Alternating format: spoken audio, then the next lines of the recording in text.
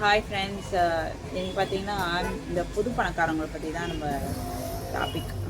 என்னென்னா, ஏதோ உலகத்துலேயே யாருக்கும் கிடைக்காத ஒன்று கிடைச்ச மாதிரியும், அவங்கள தவிர மற்ற யார்கிட்டயும் அது இல்லாத மாதிரியும் அவங்க சீன் கிரியேட் பண்ணுறதை பார்க்கும்போது தான் மனசுக்கு வந்து அவங்களுக்கு பணம் வந்துருச்சுங்கிறது வருத்தம் கிடையாது.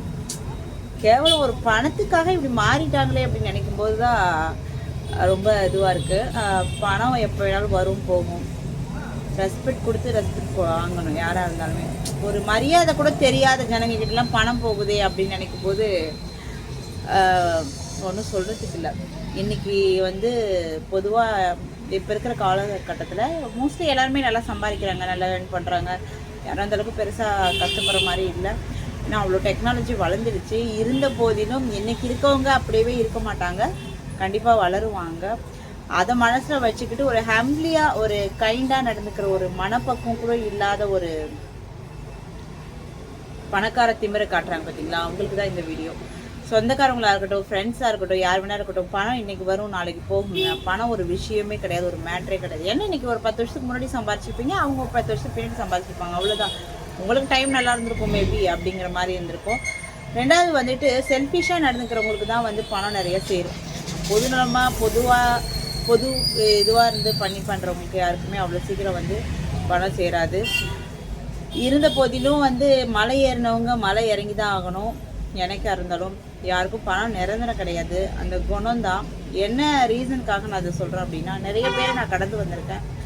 பெரிய பெரிய விஐபிஸ்லாம் வந்து நான் ஒர்க் பண்ணும்போது அவ்வளோ ஒரு அவங்களாம் அப்படி நடந்துக்கணும்னு ஒரு அவசியமே கிடையாது. ஜென்யூனாக அவ்வளோ ஒரு கைண்டாக அவங்களுடைய பணம் பதவி இதெல்லாம் தாண்டி அவங்க வந்து எந்த பொசிஷனில் இருந்தாலும் அது ஒரு பெரிய விஷயமாகவே எடுத்துக்காமல் ஒரு கேஷுவலாக பேசுகிற அந்த பண்பு இருக்குது பார்த்தீங்களா, அதை யாராலையுமே வாங்கவே முடியாதுங்க.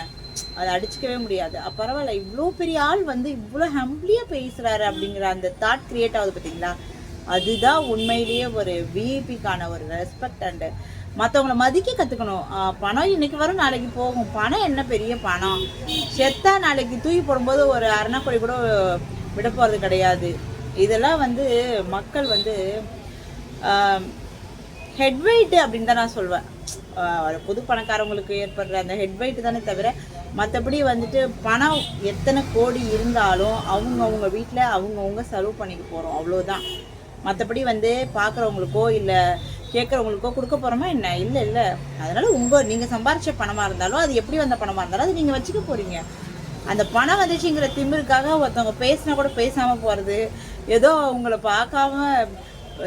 பார்க்காத ஒருத்தவங்களை பார்த்த மாதிரி ஃபீல் பண்ணுறது, இந்த மாதிரி தாட்ஸ்லாம் வந்து க்ரியேட் ஆகும்போது அப்படியே மிக்சியில் போட்டு அவங்கள ஜூஸ் அடிக்கிற போல் அடிக்கணும் போல தோணுது எனக்கு. உண்மையிலே இந்த மாதிரி இருக்கவங்க கொஞ்சம் சேஞ்ச் ஆகிட்டா நல்லாயிருக்கும். பணம் வந்து நிரந்தரம் இல்லாத ஒரு இது. எனக்கு பிடிச்ச ஒரு பர்சன் இருக்காங்க, எங்கள் ஃபேமிலியிலே இருக்காங்க. ரொம்ப ஹம்பிளி அந்த சித்தப்பா. எனக்கு அவர் சித்தப்பா முறையாக வேணும். அவருடைய பேர் நான் சொல்ல விரும்பலை, பட் இருந்தாலும் அவருடைய அந்த ஹம்பிளியான ஒரு இது. கோடி கணக்கில் சம்பாரிச்சிருக்காரு, கோடி கணக்கில் சம்பாரித்து அதாவது மரியாதை, ஒரு ரெஸ்பெக்ட், சின்ன குழந்தைலேருந்து பெரியவங்க வரைக்கும் எப்படி வந்து ஹேண்டில் பண்ணணும் அப்படிங்கிற ஒரு க்ரியேட்டிவிட்டியாக அவர்கிட்டேருந்து தான் நான் கற்றுக்கிட்டேன். அவர் வந்து ஒரு உண்மையிலே பெரிய ஒரு ஹீரோன்னு தான் சொல்லுவேன். என்னன்னு கேட்டிங்கன்னா, அவ்வளோ கோடியில் பரல்றவர் ஒரு சின்ன வார்த்தை கூட யாரையும் தப்பாக பேச மாட்டார். அதிகமாக வந்து மூஞ்சில் அடித்த மாதிரி யாரையும் பேச மாட்டார். இவங்ககிட்ட தான் பேசணும், அவங்கக்கிட்ட தான் பேசணும்னு நினைக்க மாட்டார்.